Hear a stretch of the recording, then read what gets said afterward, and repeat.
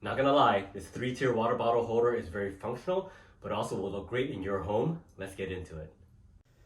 Please do stay until the end of this video where I have a time-lapse video of myself assembling this. It took me no more than about 20 minutes or so. All the pieces are numbered, instructions are very easy to follow.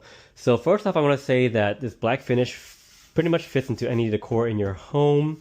And it's a very practical surface. You can use it to decorate. So we have 3 tiers here. I have 2 empty water bottles and a full one here. Of course, you can kind of arrange it or store whatever you would like. And it's very sturdy, yet lightweight.